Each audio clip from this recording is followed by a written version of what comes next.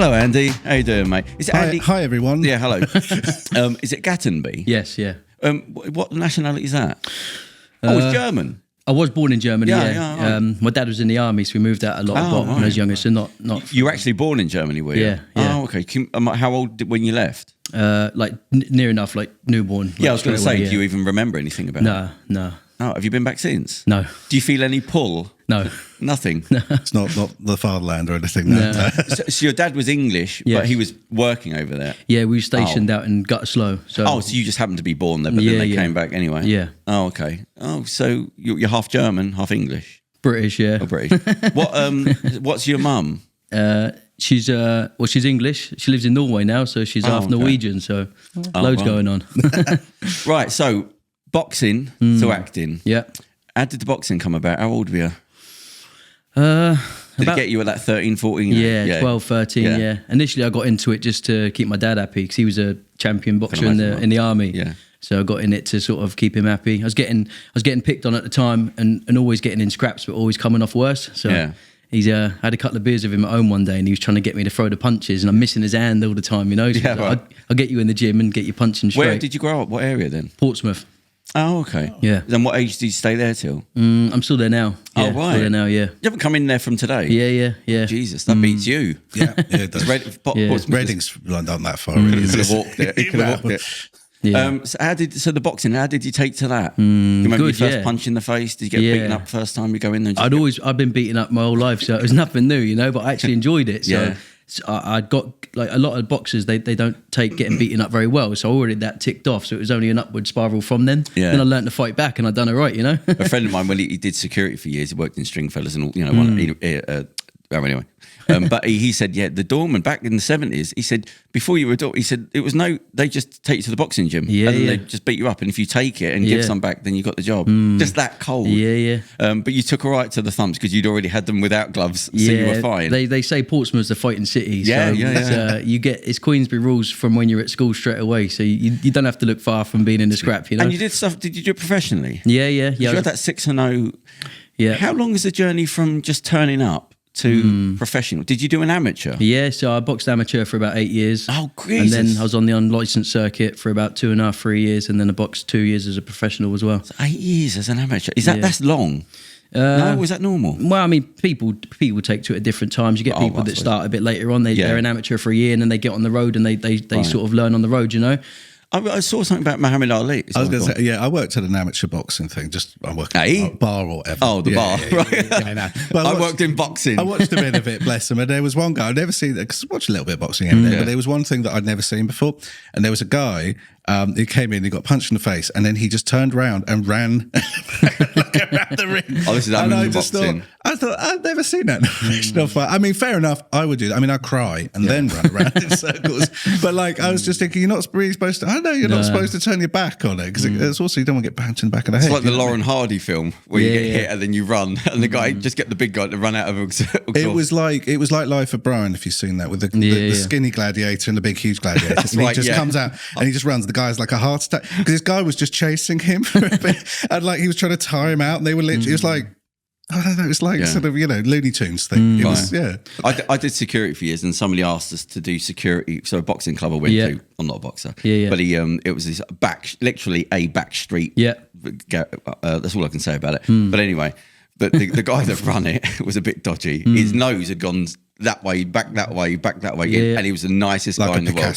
Yeah, he was. And he said he ran security. He ran boxing nights, and you can imagine what they were. Yeah. There was like maybe 200 people in the audience. It's one of those. If you went there now, it looked like a caricature of gangsters. Really, yeah. Big gold chaps, bellies hanging over. Everyone's bald. Everyone's misses is all overdone. Anyway, but they were the safest nights. Yeah. So because nobody wanted to work them nights because they look bad. You know, and because everyone's coming with their young geezer and he's a new boxer, and it looks iffy. They're quite cliquey as well, the show sometimes, aren't they? Just if you used to look at it, you go, I'm not going in there. Yeah. The worst ones are just the kids. That's it. The older guys are fine. Yeah. But if you used to see the lineup of outside, so they'd headhunt security members from everywhere to come and work at this place. And my friend was this boxer who ran it got me involved with his boxing club, and he said, bring this geezer down. So we went there, and I thought, it's going to be one of them places. Like, I'm doing a risk assessment. But they were never any trouble. No. And I said to like the main doorman this bit old school fella, he said, no, you never get any trouble. Yeah. And he was quite honest. And I said, why not? He said, because they're all fucking scared of each other because you don't know who anybody is, and everyone looks dodgy. So everyone's like, hello, mate. Oh, it's nice to meet you, darling. Do you want a drink? Because everyone's thinking, everyone's good behaviour, aren't they? Kind of thing, you know. But everyone looked dodgy. But everyone, I actually saw who did Tyson fight? Oh God, who was Razor Ruddock? He was there once. Like these weird people would turn up. So I'd see the guy that owns this guy. Oh, it's Noel. His name is. And I'd see like photographs of him, like Mike Tyson and all that. Oh, Jesus Christ. Yeah. So he was well connected, but he was the nicest guy in the world. Looked dodgy as, just looked like a joke. He should have been in acting because you go, oh, that's the guy that's been in boxing all his life. Yeah.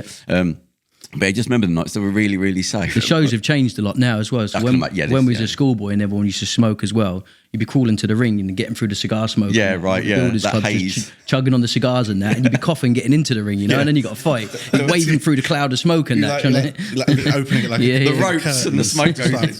But there was funny because this is the level of the boxers. Some of them went on to be a little bit well known, but generally they were just people that were like, you come down the club, you get a couple of quid, and he turned up with his dad and the mum and the one guy. I said, he said the first fight's off. It's not happening.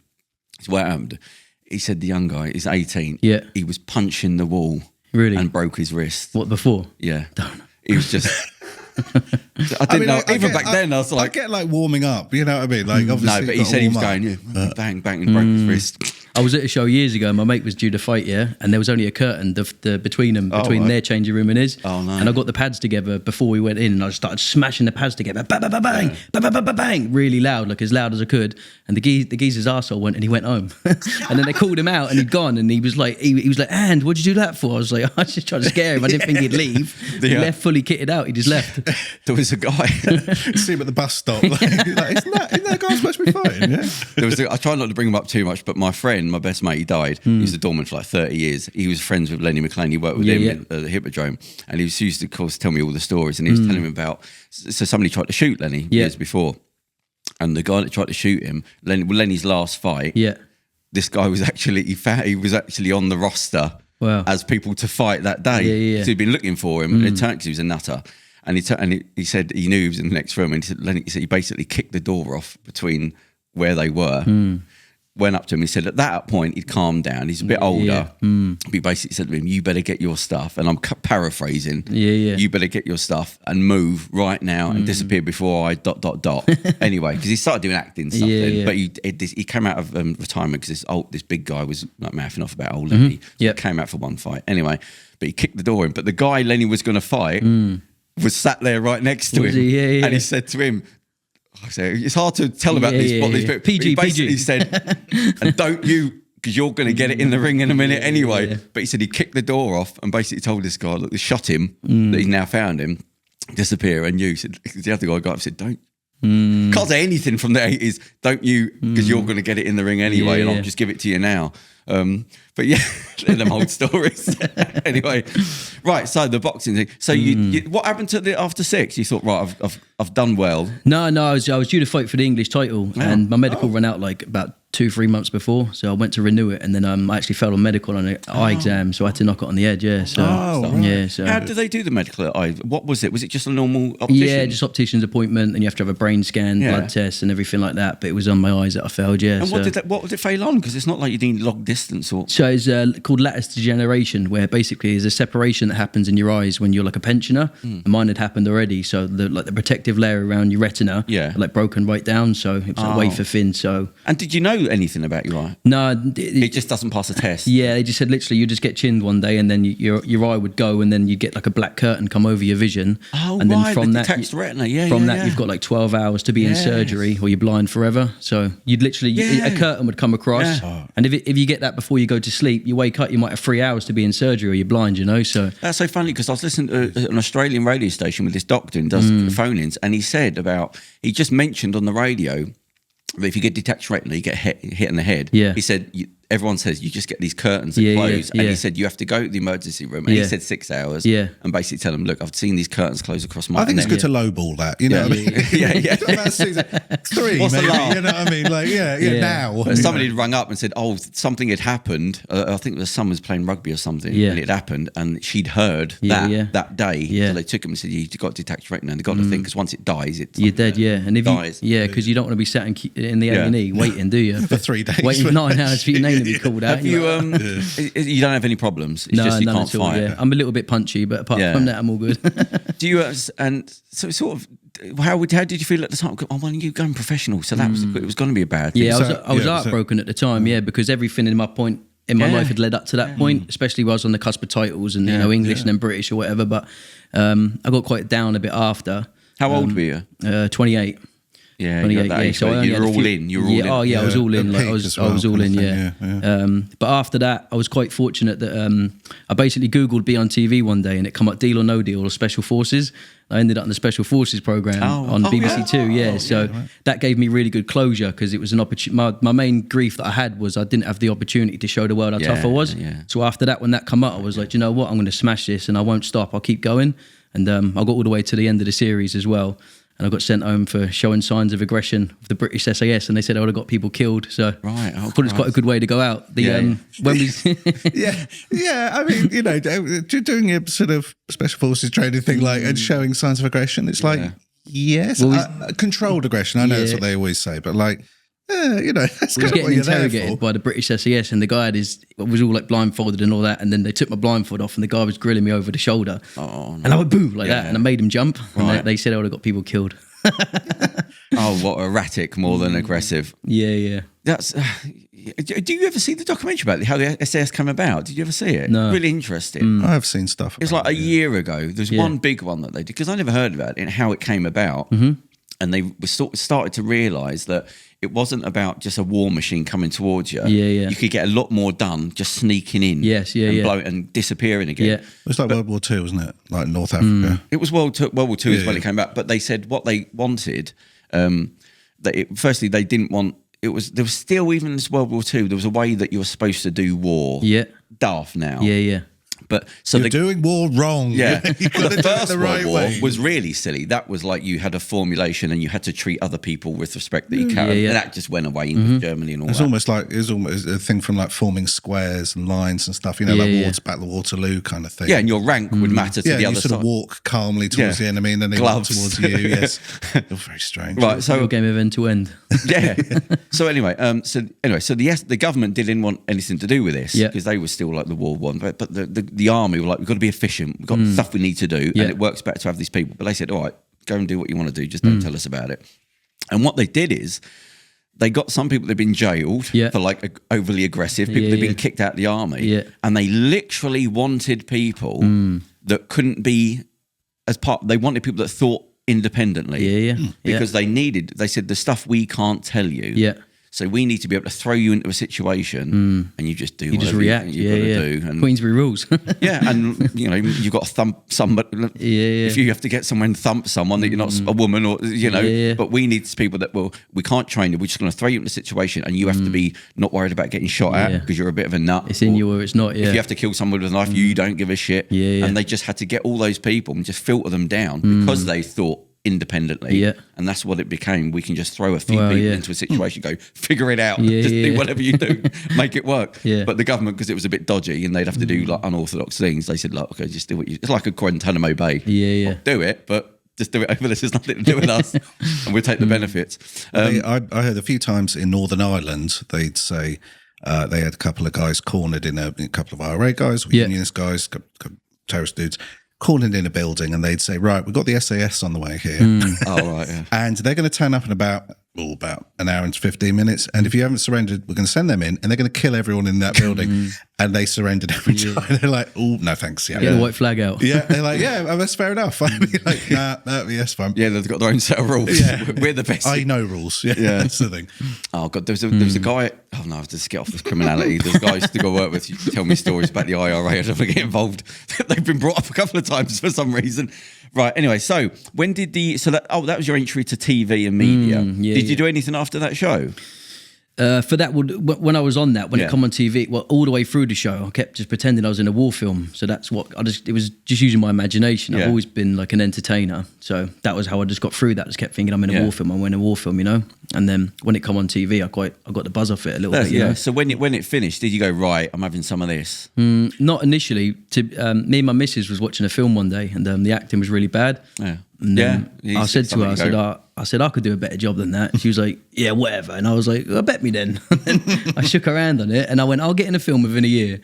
And then that's how I was Google how to be an actor. And then that was it. I was like, I'm doing it. Yeah. Cool. Yeah, I started filming stuff and I wasn't sure if I could do it. So I just went and got myself onto a film set and I thought, this is way too, these people, they all don't know what to do. One that doesn't know what the other, there's 3 times the amount of people that need to be here. Yeah. But you don't think, you go, am I missing something? Yeah. Like I see films, or remember, did you send that, what's that trailer I sent you the other day, the Kentucky Fried Movie? Oh, Kentucky Fried Movie, yeah. There's a guy that does a kick in there, like a martial arts kick, but he clearly is off balance because they cut it just at the right time. Stop him bowling over. He clearly fell over. He did like a wheelhouse kick, but he goes back. I thought, he wouldn't have brought himself back from there. But yeah, so what happened then? So you saw something, you thought, I can do the acting bit. Yeah. You didn't do any TV shows? So it was a really good transition, to be fair, because everything in boxing transfers to acting. So I went from being I went from being like the first in the gym to the last one to leave. So I just transitioned that work ethic. So then all of a sudden I was going into the workshops. Went to drama school. I was always the first one to leave, the last one to get there, the last one to leave. I was doing the doing my own work, making my own scripts and everything like that. So everything like transitioned over, the work ethic, the confidence, the charisma. So I'd even go in the room and I just feel like people are like coming up to me and like aura would be like centering around me, you know, just that stage presence where when I was boxing, you'd get in the ring and the first thing you'd have to do is catch the eye of the judges and catch the eye of the audience and that. So there's things that you can do to like sort of like manufacture that. And I just sort of like converted it all over to acting, you know. Yeah. So. But you sort of went back to training in terms of acting. You just went, right, I've got to learn this. It wasn't like you just jumped in because you've been on TV. What drama school did you go to? I went to a part-time one in Bow, Kingdom Drama School for a year and a half. Yeah, in East London, done every workshop under the sun. So you'd moved up to London? No, I was just commuting every week, got an acting coach, worked with Jack Ryder, was just doing session after session with him. What's the first thing they teach you as an acting coach? What do they go, right? What's day one? It's quite, I suppose it's quite specific to the actor, you know. The first thing you're going to do is film a self-tape or film a scene and they see where you're at. And then obviously, just like any coach, just like you would have in a boxing, you know, you're not going to have even like a world title fight. No one's going to come out without a coach. They've all got someone to train them, to coach them, to lead them, you know. But they literally go, right, let's do a scene just so I can see you move and whatnot, and then work it from there. Okay.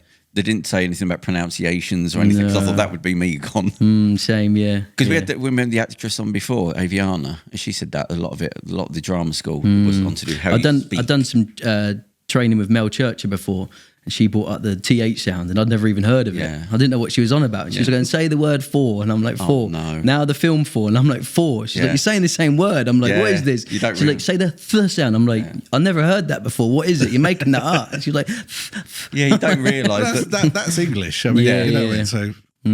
But I suppose you've got to, I suppose if you're going to do voiceover and things, you have to sort of be able to enunciate. Get your RP accent. Yeah, that's it. So you did the acting. It started going well. When did you? What happened? Did you start doing extra work, or did you go straight to acting? I had a couple of days as an extra. What on? Anything major? The first series I was on actually was probably like the Armory said at the time. There's no matter how big your career ever gets, there'll be nothing as big as what you're doing now. It was a TV series that went out in Hong Kong. We played Special Forces on there, so like jumped in straight on a really big one. So. Was it filmed out there? It was filmed in London. Oh, okay. Yeah. Oh, cool. But I understood straight away. I was sat there and I'm like, let's go sit over there. And they're like, no, they're the actors. We're the extras. I'm like, all that business. Let's go over there. Like, no. I'm like, well, I want to be sat over there. How do I sit over there? You know. So what happened then from then? You did some extra work? Just pushing, working, going to prems, just keep training, keep pushing, putting myself out there, getting my show all done, just treating it like a business, you know, just every single week being in competition with myself to be a little bit better. And that's how I live my life every week. I want to be. Did you do any more TV, like reality stuff? No. You didn't think now that because you'd had experience, I thought you'd be on their rotor of like a phone number. I was on the one show and done a little bit like that, but I knew what avenue I wanted to go down, and it sort of that was deviate from that, you know. So I know that. Have you moved up to London then? No, I just commute. I'm just up and down all the time. Yeah. So where does your missus live? In Portsmouth. We live in Portsmouth. So she lives down. So well, we've got our own company, a mechanical company.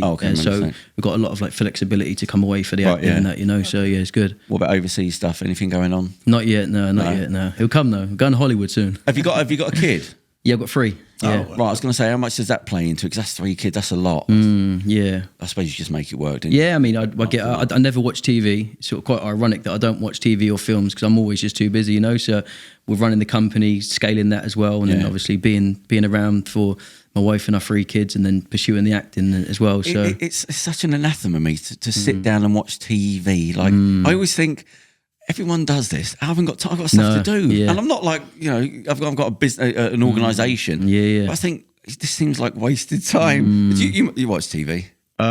What, like actually? Yeah, sit down. No. Yeah, that's what I mean. I've got TV in my room because my old TV blew up, and then so I fished out one from the garage. Sat it down, and literally I've had it on twice, and that was only to listen to a Reading match.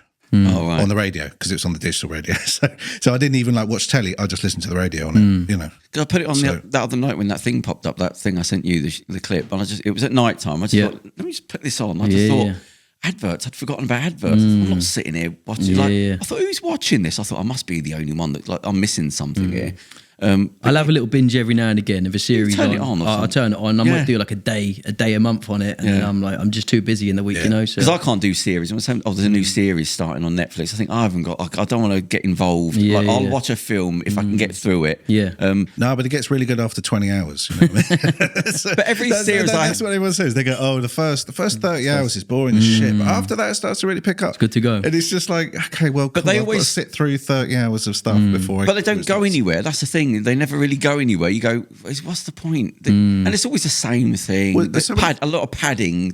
Well, so many things as well finish before like they get started because like Netflix and everything cancel everything. After a series or two, like because they sort of have this cool concept, they have a cool premise, and they go, right, we've got this really cool. Someone come pitch them, and they go, really cool premise. So that gets commissioned and financed, and then they go, right, so we've got this. We can stick it on the front page for a bit. Doesn't matter if it's finished. Doesn't matter if it goes anywhere. But it's just content. It's just so you've got something, another thing to cycle through to watch. That you don't watch. Basically, I like a zombie series. I should watch that. I'll always get into a good zombie series, like Walking Dead. And all of them. We had my missus was actually really upset at me a little while ago. Because we always say, what would you do? What would you do? Where would you go? And we have that chat, you know, you start brainstorming. I've already planned that out with my ex. Because I'd listened to 28 Days Later. He doesn't like me going about 28 Days Later because it's one of the best films in the world. I watched it last week as well. Right.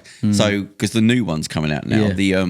It just comes up. Somehow it comes up like every podcast. That's a good... There's something you got the BBC and 28 Years Later films. I'm proud of both of those things. All right. Great British exports. But if you read the book, it's the 28 Days Later. You must love those. The book, what's it called? Marx Brooks. It's not. World War Z. World War Z, the big one, like that they made into the ridiculous thing that Brad Pitt did. But the book was like Jesus Christ, the audiobook was about 17 hours. Really? They take every single country and how they react to this thing. The film was nothing to do with it. I think Max Brooks actually, who wrote World War Z, actually took his name off the film. He didn't want to do with it. But anyway, they go through every country. I mean, they do the Israel thing and all that. That was good. That was the only bit that was good cool. book. Like, the bit in Israel was cool in the film. And that was... They do China and all the kids that are on the internet, how it goes down and how they deal with it. And it goes to all the different countries. And America blame China, and China is Chinese, but they blame somebody. And so anyway, it does the politics. Anyway, all the hell goes to shit like over the years, because it's done retrospectively. There's like a big investigation that's done after it's all died down, like years later. And one of the things England does really well, because what happens is the bullets are going to run out, the electricity runs out after like years and years. But we've got all the castles and the axes and the gardening, and so we've got. So what happens is we basically survived because of all these bloody great big castles. Because when in times of World War, the zombie apocalypse, when the years have passed, there's no electricity. What you want is big giant walls and an axe that doesn't run out of. Keep them out, innit? And I think they even go into Buckingham Palace. And they go into what happened there, and because of terrorism, there was a lot of things that went on inside Buckingham Palace that was they said it was like our windows were being changed, but they weren't. They were being changed for triple bulletproof because of terrorism. Yeah. So they got these own generators in there and their own gardening system because of terrorism, which then now benefited us because now this thing was self-sufficient that we didn't know about, and the money was spent from the government part that we didn't know. But now you've just got big giant castles all up and down England with bloody great big walls and a load of old battle armor, and Africa does well because they were still living in sort of tribal warfare and they were used to killing with spears and things, so they did well. But it's really fascinating, and then it sort of dies down and then it comes back again because the bloody zombies were in like the sewer systems, and then one would pop out like after 6 months later, one would just pop out, attack someone, and the bloody thing would kick off again. So they had to have these big companies that went through like, has Paris got an underground system? Yes. Yeah. So they basically have to catacombs there. I think that was the word they used. Yeah. Yeah. I only know that from that rubbish horror film that may or may not be true. In fact, saying it out loud, it probably is true. But the catacombs rings a bell from the book. It didn't make sense. Yeah. But there was like. They even attend to people up in space. Do they? Yeah. Because obviously there's no need for a space program anymore, but there is people technically still up in space with generating power, nuclear generation, and things like that can last for years. And they go because every chapter they go to a different person and their view on every country, and they go to them. And obviously there's a little thing because China have got their people up there, Russia have got their people up there, American English got theirs up there. So there's a little thing between like, what do we do now?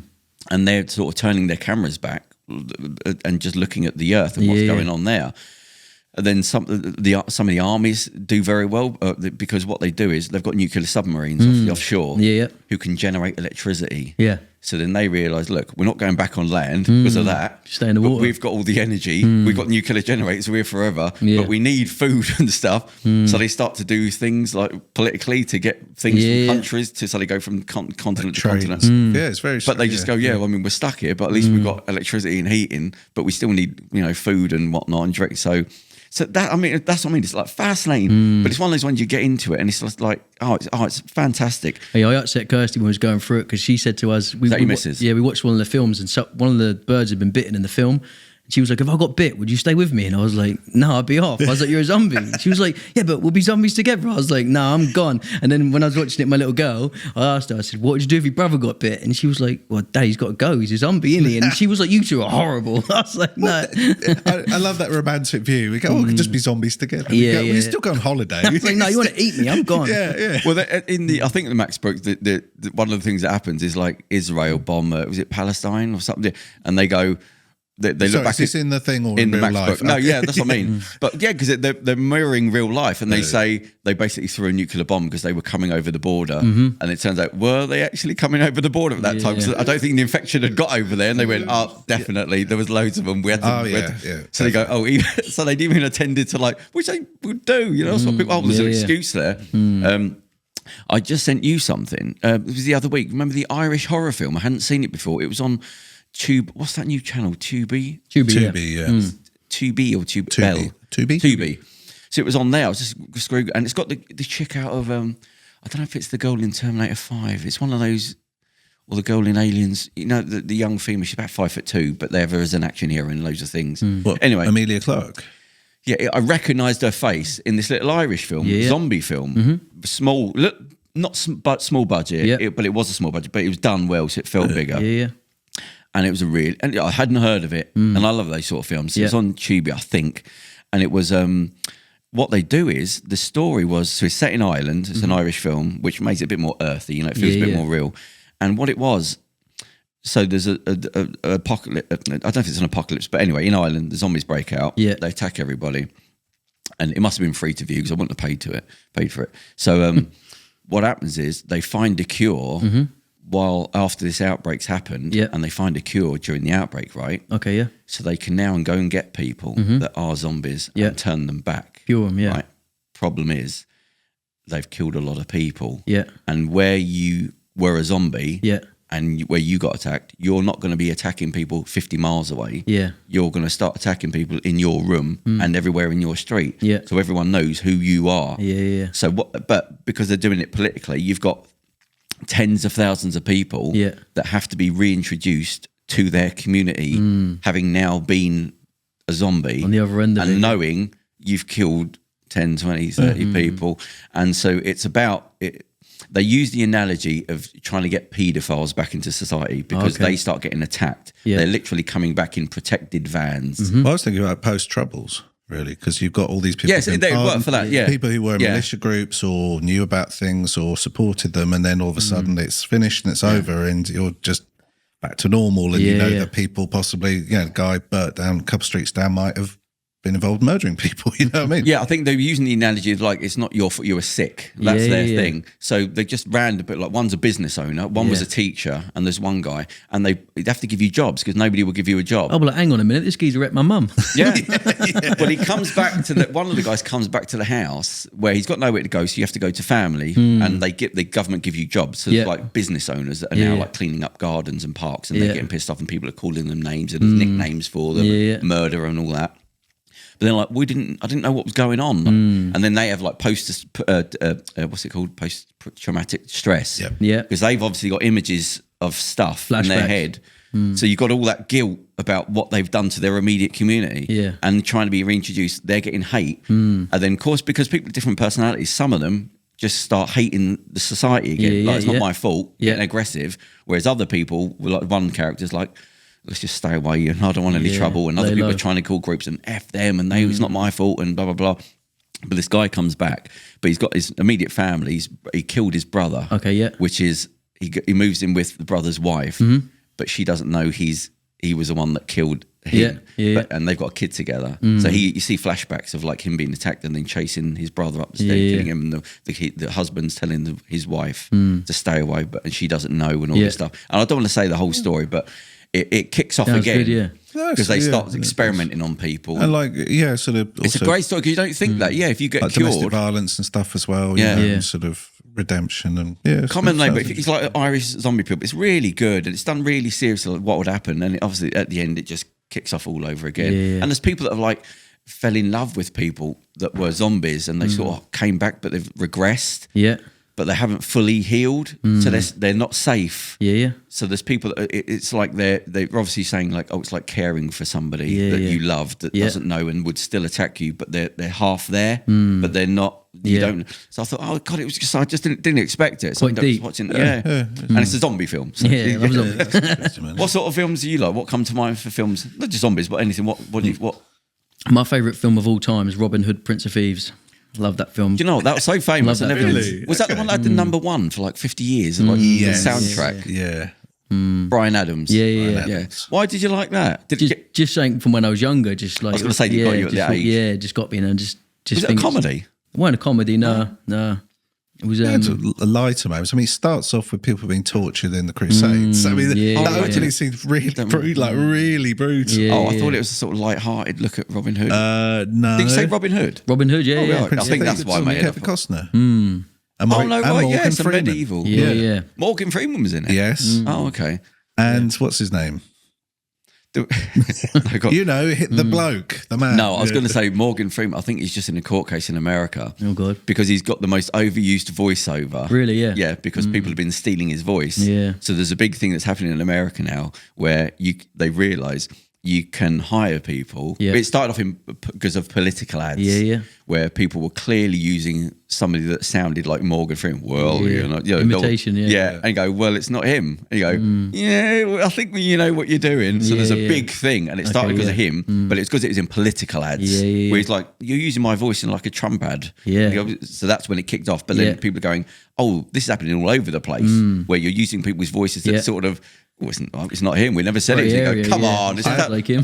I'll be back. I have to say, though, text to speech, but there is a really good text to speech that does Morgan Freeman. And there's that famous internet meme, isn't there? Like, it was at this point he knew he'd fucked up. Exactly. The cadence. That's like a little. That turns up in a lot of videos on YouTube. But what would you do if you had a distinctive voice and they just sound something that's clearly like you? They've clearly put the inference, but they just go, let's tweak it there and tweak it. And you go, what can you do? And they say you might be on a Trump ad or something like that. And you go, well, hang on, that's nothing. You go, well, we never said it was you. You go, this is the way it is. I suppose I mean, what's his name? Bruce Willis.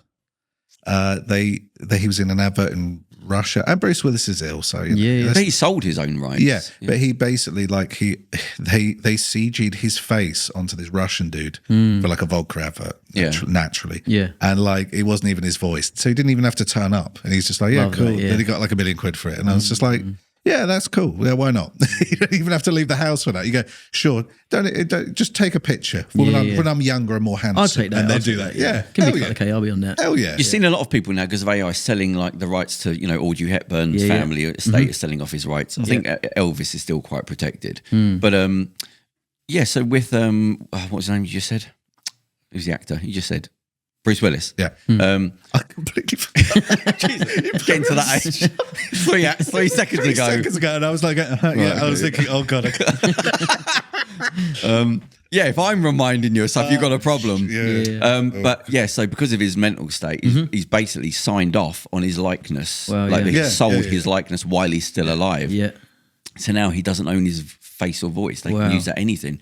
You go, God, that's quite drastic. I mean, if you're sick, I mean, he must have had money anyway. It's not like he's poor. He's been working for like 40 years. Yeah. But to sign off your own likeness while he's still alive, that's quite a big, because they could use that for anything. Now. But he was doing a lot of these films, and he'd turn up for a day or two. Again, whatever, you're getting paid. He's making money, and he said he was doing this for his kids as well. So he said he was doing this for sort of inheritance funds for the kids. He does have a bit, but he wanted, to make sure that they were very, very comfortable.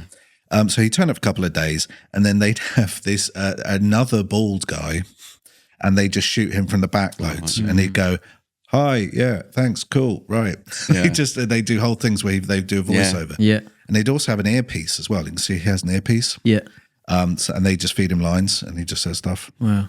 But he's getting well. Easy dough. Yeah. That's a bit. I didn't realise how the bigger thing that was. I just found out like last month where the actors aren't in every scene. They have people that look like you from behind just to cut out the amount of time. And I thought, you're getting 20 million. Can you just turn up for a couple of shots? Yeah. We have to get another person in. The rule of thumb is whenever you don't see someone's face, that's not them. Time's money. Otherwise, you just show their face. Whenever they sort of go out their way to, I mean, that's the thing with action scenes and stuff. When you see cuts and stuff, people suddenly change shape. Right, yeah. Shoulders get all jacked up. Yeah. Terminator's terrible for that. You're like, hang on. They suddenly have obviously a wig. And you're like, oh, right. Like suddenly you see like a lady, and then you see a small little fat man jumping out the window. And then they get up and they're like, oh, right. I remember seeing when Sammo Hung, is it Sammo Hung? You come up with Jackie Chan, have I got the name right? Sammo Hung, the martial artist, the bigger guy. Yeah. And when I saw him in the earlier stuff with Jackie, because Jackie Chan was famous for like doing his own stunts, you can go and watch him like cracking his head open and all that. Again, you can he's doing this because you can see his face. Yeah, that's the rule. God, there's one where he jumps off and he hits every branch on the way down, and they have to call the ambulance and take anything, and then he's back working. So he grew up in that. There was a company that everyone came up in that era, and they taught you gymnastics, stunts.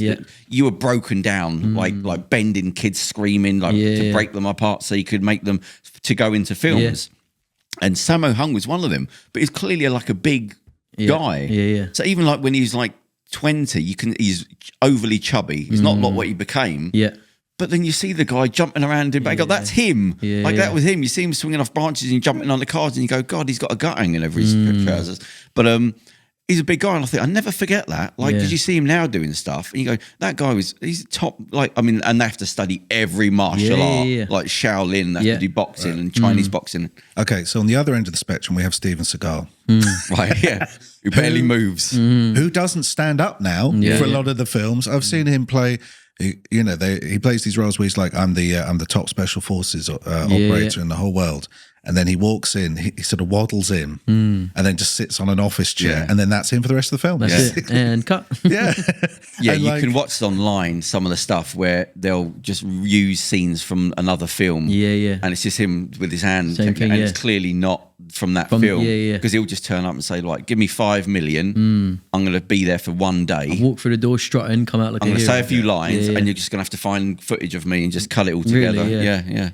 There's a wonderful one. I think it's the China salesman, China agent, or something like that. It doesn't matter. It really doesn't matter. But there's one, and it's him versus Mike Tyson. And that's the setup. It's like Steven Seagal versus Mike Tyson. Cool, right? I'm on board. Awesome. Let's see this. It's obvious that the fight, they were never in the same room at the same time. Right.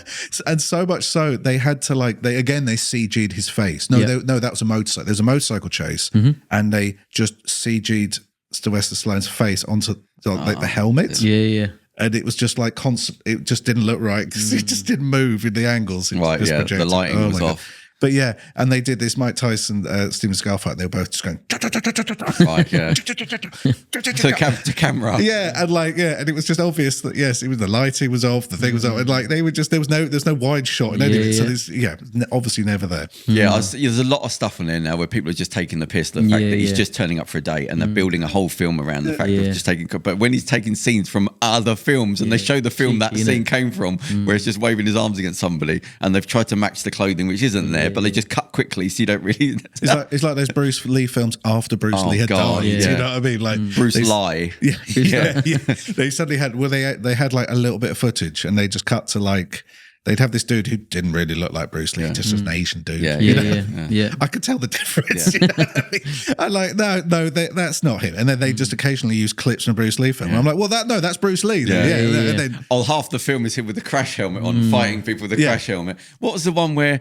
It's the worst part where they show him looking into the mirror, Game of Death, and they just use a still of his face over somebody's face, and it's clearly a person's there, but they've just used a still, like looking into camera. And go, oh my god! It's like if your kid draws a little thing, a little face, it's got one ear popping out. Yeah, Picasso style, and he just had to they've just taken a photograph and put the face over a guy. It's just looking. God, who owns his estate? Oh, his wife is Sharon. Possibly, yeah. The son died. Oh, another young person that got shot. Oh God, the recent guy that shot someone. What was the one who shot the director? Baldwin. Yeah. Did he get off for that? Because it came. Yes. But he got away criminally. Yes. But then wasn't there a civil one afterwards? There was a lot of. It keeps coming back into the news. Throwing, but I think something went wrong, didn't it? I mean, I don't. I mean, obviously, I don't know. Yeah, if someone goes, all right, this is perfectly safe. Here's the safe thing, and then you go, cool, and then it's not safe. Is that? I was on a film years ago, and someone was getting shot in the face, and they had a compressor filled with blood, and they was squirting it in my face.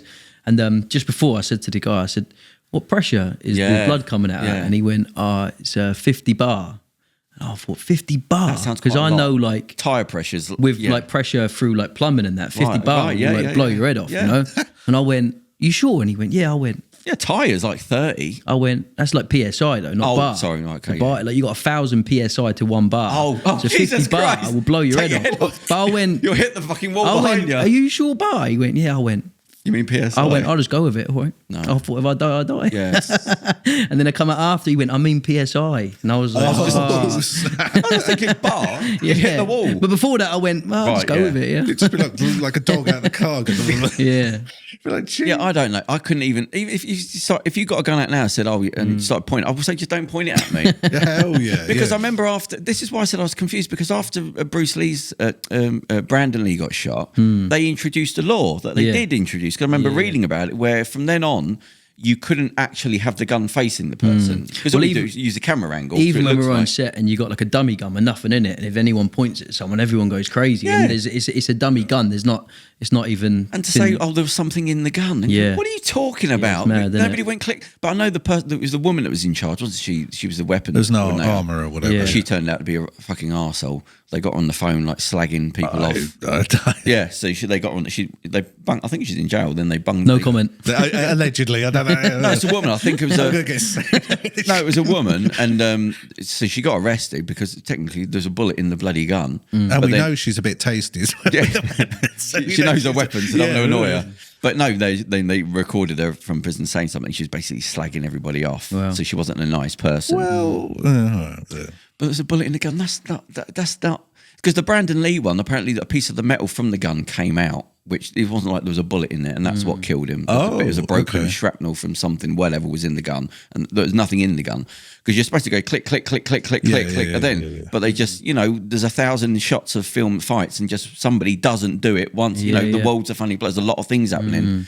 Some people just don't look when most people look close in the road. One person just doesn't on that day. Especially in America. I mean, especially in America when they do have real guns and they could get mixed up. Whereas that would be very exceptional. Yeah, here you'd open the case and everybody would back off. In America, they go, "Well, I've got mine. You can use mine." Just use mine. Put mine down there and put yours down. Look similar. Do you want to lift your gun up? One's a prop. Guess which one? I went to the shop with one before in my pocket and forgot about it on a film. I come back and the armourer was jumping on me. I was like, "My bad. Where you been?" I was like, "Just been around there." Really quickie Martin, just buying some chocolate. And that's been a bang, mate. Jesus, I remember when I was growing up in North London. Is it North London? Near Tottenham, and I used to hang around with this black guy. Yeah, and we were friends, and there was people doing armed robberies that with a Greek guy with a shaved head and a black guy around that era, around that area, and I think 3 times. The police just, as we were going into the house, we shared accommodation. Yeah, I was about 22, something like that. Police just popped out the bloody the weeds and whatnot. And just bunged us into the house. Yeah. And like, what's going on? What the fuck? Have we just come back from the petrol station? Let's buy some bulgur. Once I listen to no word of a lie, I came out the petrol station and I just didn't use where you're not supposed to come out. Yeah, it was in North, I don't say where, and there was a roundabout. So I just thought, I'm not driving around that way and going around the roundabout. I'm just going to go out the nowhere exit way out the petrol station. And I pulled out onto the roundabout. And all these police cars come out. And I was just thinking, Jesus Christ, it's just a bit over the top, wasn't it? Because that was the first time. I was like, what the? And it was right outside an Asda. So they just surround us. So everything's, it's a town centre road. And they pulled us out. And they sort of strip searches in the back of the van. I was like, get your trousers. I was like, I'm not getting my trousers. And he just started screaming, get your fuck. I thought, okay, I'm going to take my trousers off. What's going on here? Yeah, I thought, I'm not going to argue. Why, dude? Why? No, he said there's something arguing. Because I took all my stuff out and he went, no, take your trousers off. And I took my trousers. Squat. Because he must have been thinking, it's definitely these two. Yeah. They're in the air. It's a black guy and a Greek guy with a ball. It's got to be these two. And, it's not, we weren't in suits. So we looked like we do something. So then I had to strip search a couple of times. But a few times that happened where we'd be walking. And then he said, there's somebody in the area. I thought, what do you do now? The funny thing is, the guy that I used to hang around with, this black guy, he was crippled. Yeah. So he literally had a car with like a hand steering wheel thing. Yeah. The government had done something to his car so he could drive it in automatic. Yeah. So he couldn't walk. And his hand, crippled up. Yeah. So he'd get out and they'd obviously be going, something's not right here. It's definitely these two. But this guy's, he's faking it because his leg had messed up and his hand was messed up and he had a disabled car. Yeah.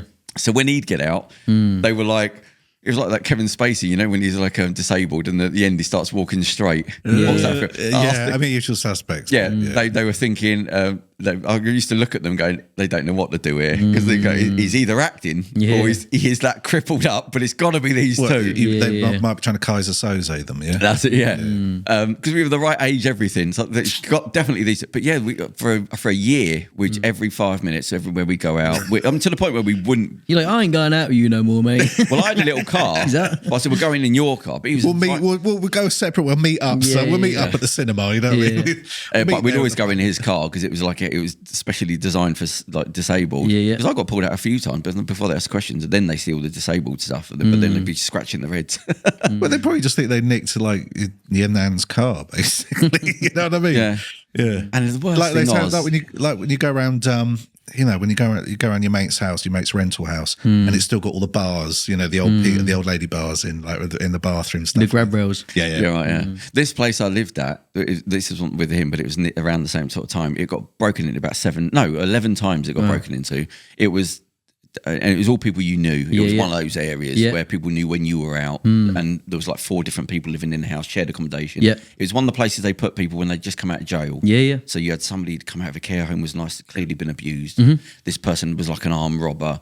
these people next door were like pimps. And they were prostituting the woman up there. It was, nice crowd. Yeah, good, but good lads. Yeah. The council, they wouldn't put any more locks on the door. Yeah. So we just had no lock on the door. And there was nothing in the house to nick. Everybody nicked everything. Nobody had food in the cupboards because everybody you wouldn't think about leaving any food in the cupboard because somebody just nick it. Because you've got 4 different people. They've got all their mates. Yeah. All their mates are arseholes. They've got friends that are coming down. Everyone's smoking weed. You don't know who's... I'd wake up and there'd be fights outside my bedroom door. Where's my noodles gone? And I just, noodles.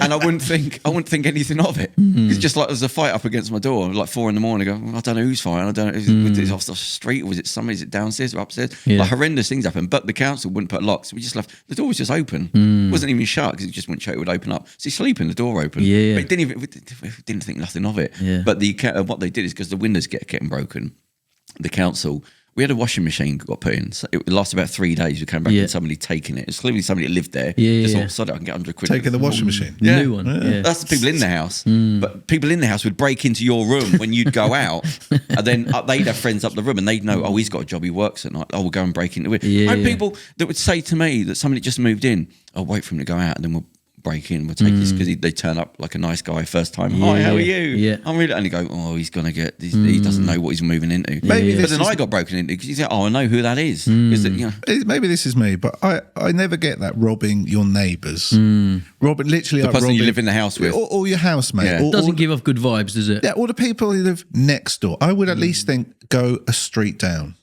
2 streets down. 3 streets down, maybe, but like... No, it's next door neighbours, things were happening, like horrendous bloody... There was one time, there's 2 young guys that lived together. They weren't supposed to, but they were brothers. I think they'd been abused. Yeah. Really fucking nice, friendly, always joyful guys. Yeah. About 5'1", 5'2", quite skinny. And there were some guys next door that the girls had met. I've got to be careful what I say here, but there was a gang from Tottenham. I'm trying to... you worry every time you say... I'm trying to hear myself before... Jesus Christ. So what's going to come up now? Was working with one girl and she would pimp other girls out and get them involved because I'd see her... They'd just be a nice girl from Essex and then they'd meet with these girls and then she'd start to dress like them and then I'd see them hanging around with these other people. These people got nothing, like no parents and nothing. And anyway, so they knew this gang and the gang would come around our house. I said, Jesus Christ, they were a gang from Tottenham. Anyway, just looked like shit. And these 2 guys that lived together in this house are really nice. I mean, we shared pound coins literally. Because we, give me 20p. I need to, get fag and all that sort of stuff for years. And that was just the norm. Every day was just a new 24 hours. And I came in one day and the guys let's just call him Jack, right? So his name's Jack. So Jack was with his brother. Anyway, the door was always open. Always had the stereo on. Yeah. As soon as the door opened, oh mate, just you got a cigarette, all that sort of stuff. And I came in one day, and his door was closed, and it was really quiet. And I thought, what's going on? And then I could just hear a whisper. Yeah. And I thought, the fuck's that? So all my alarm bells are going off now. Now they couldn't have heard me come in. Yeah. So I sort of walked, the kitchen was just past it and I walked and I could hear crying, a little bit of crying. And I could hear one of the brothers' voices. And I knew about this lot next door. Yeah. Everything was always chaos, but these lot that had moved in, because they'd be out at 4 a.m. outside, 6 or 7 of them. Yeah. The girls were coming and going, that we were really friendly with, like really friendly. Like, I mean, some of them brought us food over, that sort of thing. Anyway, so I went to the kitchen. I just thought they didn't hear me come in, so I could hear some stuff, and I could hear more crying. I could hear their brother's voice. I thought, somebody's got to be these fuckers over here. And I heard an accent that clearly wasn't them. I thought, okay, that's who it is. So I thought, right, I'm trying to jump around, not saying things, but I heard an accent than them. So I thought, right, what do I do? So I thought, right, now I was a scumbag at the time. I was one of them people walking around with no top on, at 11 o'clock at night, going to get some brandy. You know what? It was normal, more normal back then. Never worked. Such a vivid picture there. Never worked. Need me brandy. Yeah, don't have time to put my shirt on. Yeah. I was always getting in. It was just that was normal. Everything was just chaos. Anyway, so I had some boxing stuff upstairs, and I was trying to think, right, can't fight it. So I thought, right, something's going on. I don't know what. So I thought, right. The best thing, people don't want trouble really. Even trouble, people don't want. If they know there's trouble, they sort of back down a little bit. Not going to get you out of anything, but if they know this guy's just got to fight, so I thought, right, So what I did is I went upstairs and I got some boxing stuff and fucking hadn't used them for months. I put them in a bag and I went back down and I creeped out. And then I came back in and I opened the door and I sort of just acted brash. I opened the door and went, Dan, oh, shit. Jack, Steve. It doesn't matter now. This is 20 years ago. I went down. I was just acting overconfident. Dan, I still had my top off and I had the boxing. I went Dan. I went in the kitchen. I was going, Dan, I thought you were putting the kettle on. And, Dan. But anyway, so the comedy scene is about Alan Partridge. So it was like that. I go, Dan, blah blah blah. Anyway, so and I'm banging stuff about and I'm acting quite drunk. And I got my bag. I got my top off and I did tattoos and things. And then the door opened, and he opened, and he looked like, you remember PM Dawn? Yeah. Right, big guy with the little thing on his head, the singer, PM Dawn, a fella. Anyway, so this guy came out, and he was filling the doorway. Yeah. I imagine him ducking, but I don't think he probably did. Just I'm imagining him being that big, and he came in, and he was just, all right, mate, yeah. And I'm just acting like nothing. Going, Dan, and I'm going, he fucking said he was going to do this, and fucking Dan, you fucking. And I thought, all I've got to do now is just get him out of the situation. I can't fight this. I went just down and I said, fuck's sake, it's all right, Dan. And I'm acting jovial. He's like, oh, is he in there? Yeah, will you tell him fucking he said he was going to put the fucking kettle on? I said, all right. And the guy was going, oh, yeah. I acted cool, but you do a bit of boxing. And I did some fighting stuff. I went, not the blah, blah, blah. I said, yeah, but bollocks to it. Oh, how long? Yeah, this and that. Well, I was getting beaten up as a kid anyway, so I like fighting. I like getting hit and I like hurting people. I know, sorry, it's a bit sick. I shouldn't say it, but, I like fuck, I don't give a fuck. And I'm just playing him to give him an out. And I think, right, I can't say anything, but I just give him an out. So I think, all right, will you tell him to put the bloody thing on? And he should have told us some mates were coming around. I would have done something. Anyway, and I went upstairs. I just thought, right, they know there's someone here now. He's not messing about. And he was styling me out, but I made sure, and I was a bit of a nut anyway. So I was looking at him as I'm talking to him, and I'm being overconfident. I'm getting close to him. I'm leaning. Sorry, mate. I'm just getting in this space. And then I left it, and I heard the door go, and I heard it go outside. I thought, thank fuck. They're gone. So I went back down the stairs. And I went in, and Dan came out, he was crying. And I'd never seen him, he was crying. I said, what happened? He said, they're not next door. He said, they wanted money from us. And they had the two brothers there. And he said, he was telling me, we better give him some money. They didn't have 50p. He said, they were saying, if you don't give us some money or stab yourself or stab your brother, we're going to stab you. And he said, I couldn't. He said, I was trying to. I'm not going to stab my brother. Do you take check? Yeah, but he said, I was trying. He said, so you've either got to give us money, which they didn't have, or we're going to stab your brother, or you got to stab yourself. That's the opposite. And he said, I was trying to push the knife in myself, but I couldn't do it. How about we settle on a tin of beans or something? But think of that. He said, I was trying to push it in, but I couldn't do it. So then they were hitting me, and fucking. Jesus Christ. But that's the world. You live that's what that sort of thing. And that build the council, because the windows always getting put chicken wire on the outside of all the windows. So the whole thing had windows, and it's one of them flats that you couldn't see the flat. That's meant to stop them getting out, but it's them. It's them well, trying it can't have been legal. To get out the other way. I don't think it was legal because if there's a fire or something, you couldn't actually open the windows. Yeah, but the door had no lock on it, so that wasn't a problem. But that was normal. That was just another world. It's only when you look back now when you're young and you go, Christ almighty, how did I even get through it all? Anyway, any stories from your childhood? Well, the bar's pretty high. No, what? No. Where did you grow up? You grew up in Reading? Yeah. Oh. Nice. Any exciting stories? Anything? Yeah, nothing I can say on camera though. Oh right, okay, right. I got a job. You can feed yourself. Yeah, I got a job, and I probably would look down on some of the. I can't even. Well, later. Yeah, I've some stories I'd like to. I can't even. Well, No, I can't. No, we'll leave it there. So acting. What's if you could have been in any film, what would you have been in? Love to be in a prison series. Oh, why? As a guard or a prisoner? Prisoner, yeah. Oh, okay, right. Why that? Just fun role, isn't it? Oh. Just that's what I love about acting. You can be somewhere that you take you out of your normal life, put you into a different character, different scenario. But any film you would have liked to have been in? Oh, what previously? Yeah, if you go, I wish I'd done that. No, I don't have any okay. No regrets. No, never have regrets. No, because I think of anything you do in life, if you could have done better, you would have. So There's no point in thinking you could do this or you could do that.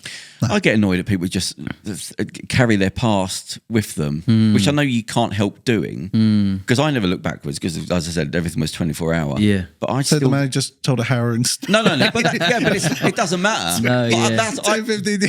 that's the stuff I can tell you. Yeah. But because I come from a lot of bad stuff. Got to be able to laugh about it. They say in boxing as well, don't let the wins go to your head and don't let the losses go to your heart. Too many people get caught up in celebrating the wins or fixating on the past, but you got to just have a win, celebrate it, move on. Yeah, just, you got to have some you got to have some joy though. You know, you got to celebrate the small wins. I always do that. A little bit here and there. Don't let it go to your head or whatever. But like, what was someone saying? I can't remember. I think it was Slot or whatever, the Liverpool manager.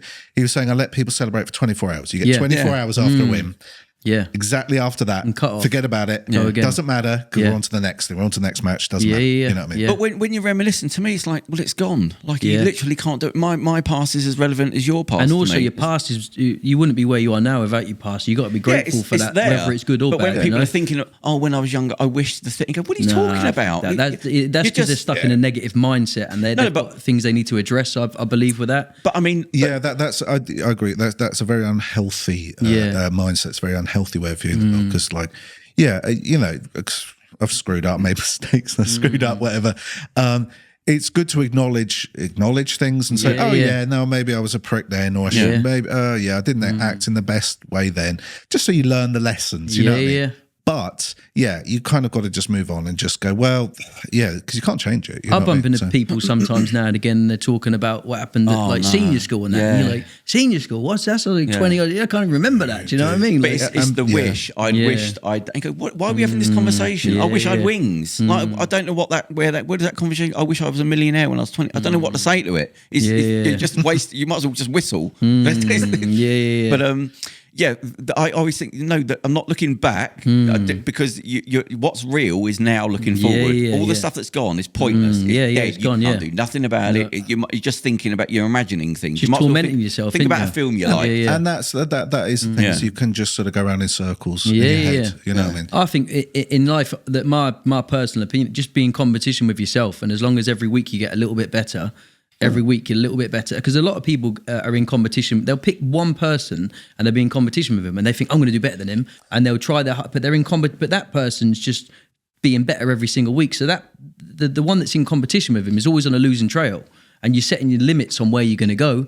Where if you just improve step by step and become incrementally better every single week, then there's no cap on that's when that mindset goes from good to that's your weakness. Like you're trying to be perfect in everything. It doesn't exist. So what are you chasing? I remember when I was putting projects together, I remember a guy just said to me randomly, he said, your perfection's going to slow you down. You're waiting for it to be perfect. That doesn't exist. You're chasing nothing. You do got to go for it. So you go for what you've got. Does it work? Set your goal, take action, be that's brave. Your weakness, trying to make things perfect. It's not going to be perfect. It doesn't exist. At some point, you need to put like a full stop to it. You know what I mean? Because you can always re-edit something, you can always rewrite something. You can spend your whole life rewriting something.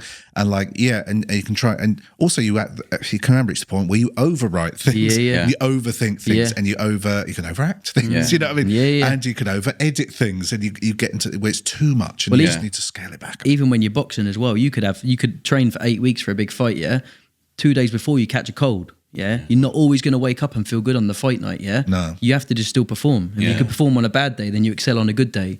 So you're going to get out of bed sometimes and feel bad, but you still need to show up and just perform. Where people have you done any boxing roles? No, not yet. No, really, so it hasn't come up. No, not yet. And you haven't stayed away from it because you haven't like said I don't want to do any boxing roles. No, definitely not. No. So I'm sure they'll come. Yeah, because you think that'd be like you've also you move. Who was it? Was it Rocky? There was, I think, the first Rocky film. I watched a documentary about years and years ago. Yeah, and they said they don't.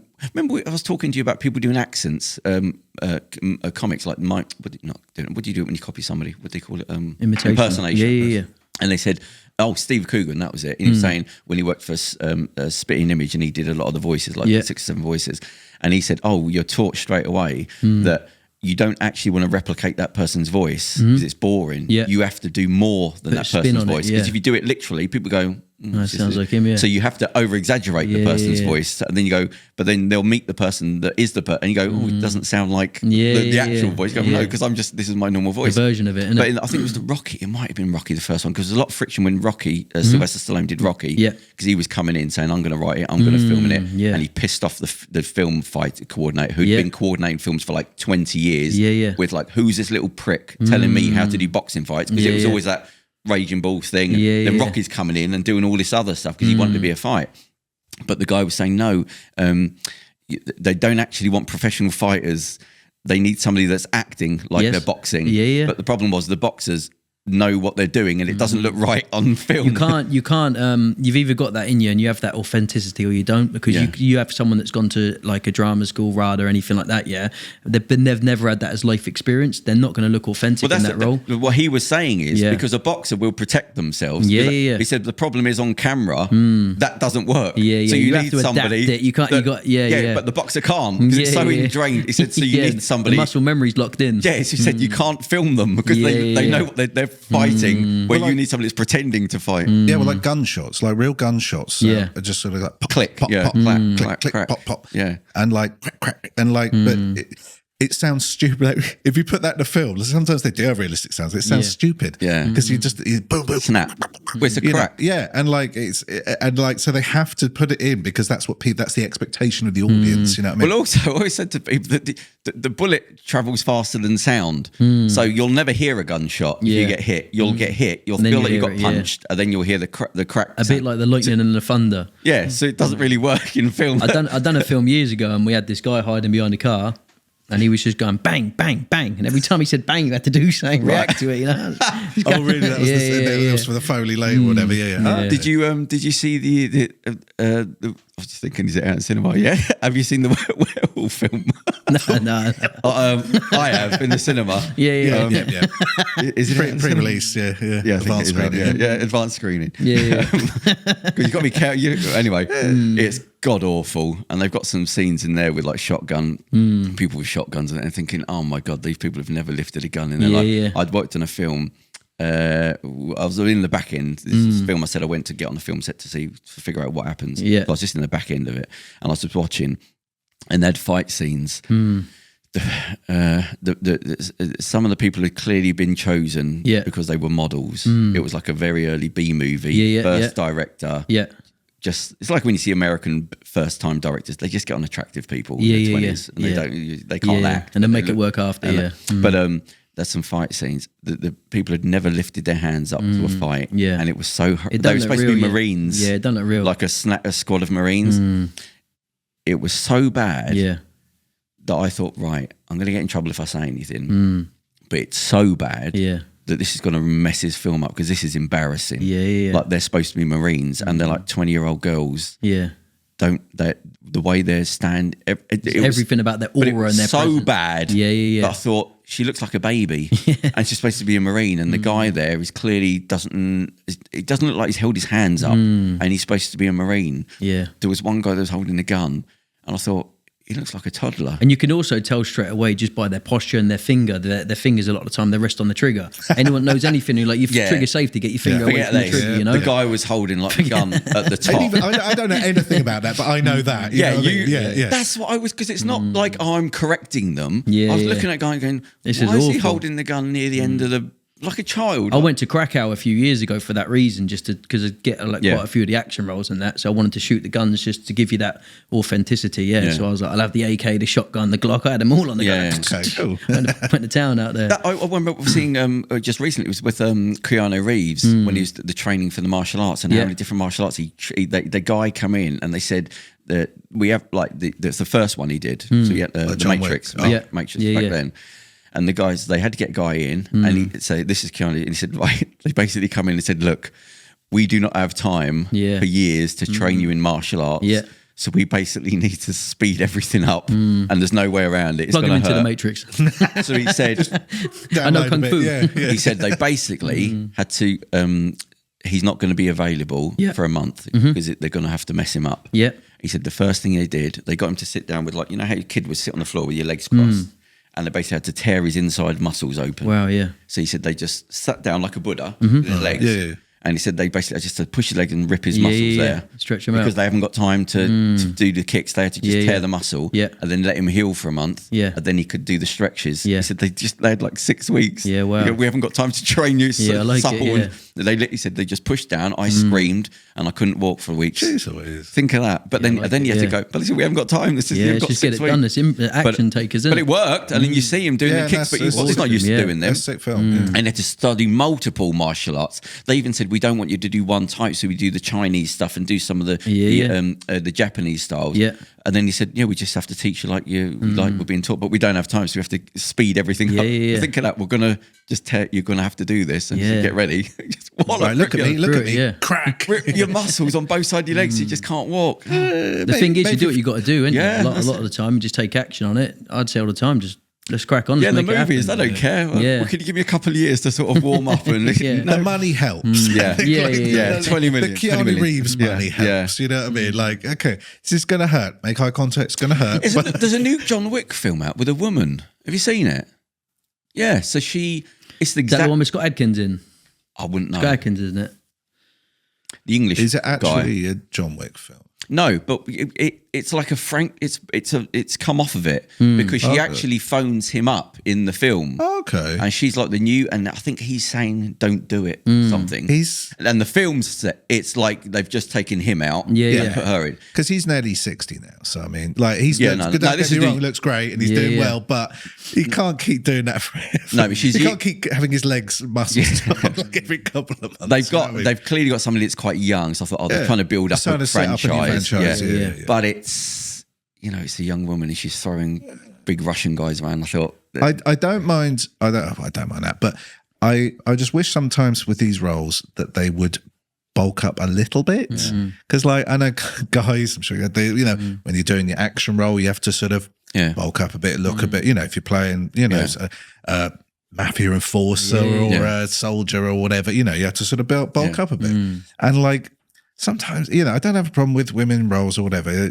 I just want the film to be good. What I mean? That's my thing. I want it to be good. I want it to be entertaining. I don't want to be bored when watching it. Yeah. But time and time again, I just think like the Emilia Clarke, bless her. Yeah. She's like 5 foot or something. Yeah. And she's tiny. And like she just, if she'd have actually bulked up like a little bit. It's not the woman thing. It's not a side. She looks like a kid. That's what I mean. So like, well, was it her that was in the Alien from Romulus? No, she was. No, who was the one in Terminator 5? She was in Genesis. Yeah. And there's a bit in there. The other bloke. It's nothing to do with the woman. It's that literally, she looks like a podgy teenager. Yeah. And there was a one bit she gets the gun. The gun is half her size. Yeah, because she's got like this barrel. Yeah. She's got like this huge like anti. But they wanted to. I thought, why would she be the best person? Because there's a young girl again in Alien Romulus. Yeah.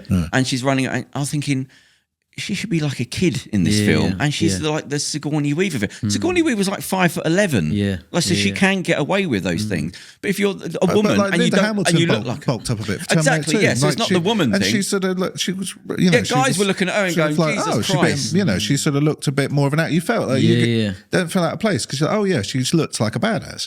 But it's she looks like a teenager, like Marilyn Romney. She's the female lead. She's throwing around. There was one bit she's running. She doesn't look like she's run before. But I mean, I didn't think that. That's one of the things you get on set. Then they go walk through there, and you forget how to walk, and you're like, "Am I walking normally?" I hate. Yeah, sometimes like if there's there's loads of people watching you. For instance. The simplest scenes are the hardest to do. I hate it when you got to walk over there, and you're like, "Okay, am I walking right?" Forget. Just walk up there, and you do go. You go get given 3 pages of dialogue. You're good as gold. You just got to walk over there and pick up the coffee cup. You go over there, you're like, don't just immediately don't look at the camera. Face. What was that scene? What was that scene in The Extras? Was it Keith Chegwin? And he has to do the walk on set thing. God, don't look at me. No, I'm cheating. No, look at there.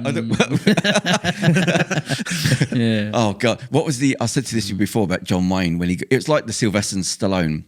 Where Steven Seagal, where John Wayne just became so famous and he didn't have to do any work. It's like the Marlon Brando thing. And I think what was the one where he blacked up for the Indian? He played a red Indian.